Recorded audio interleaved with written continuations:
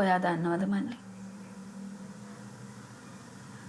ඔයාව එහේ අම්මයි තාත්තයි මෙහෙන් අරගෙන යන දවසේ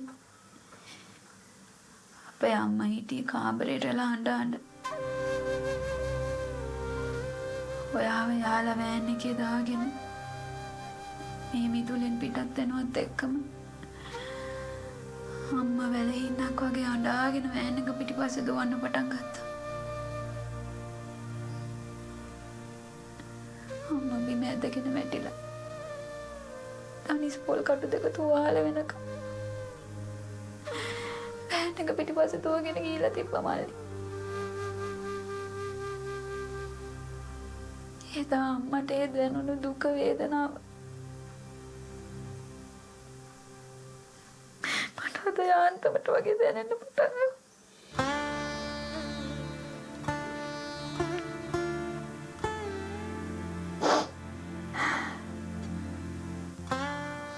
හරි යන තැනක පරිස්සමෙන් ඉන්න ගත්තා මල්ලි.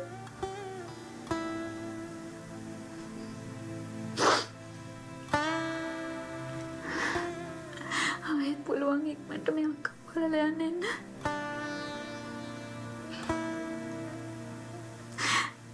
ලෝකෙ කොහේ හිටියත් මොනවා කරත් මතක තියාගන්න ඔයාට වැටිලා ඉන්න මේකයක් තියෙනවා කියලා.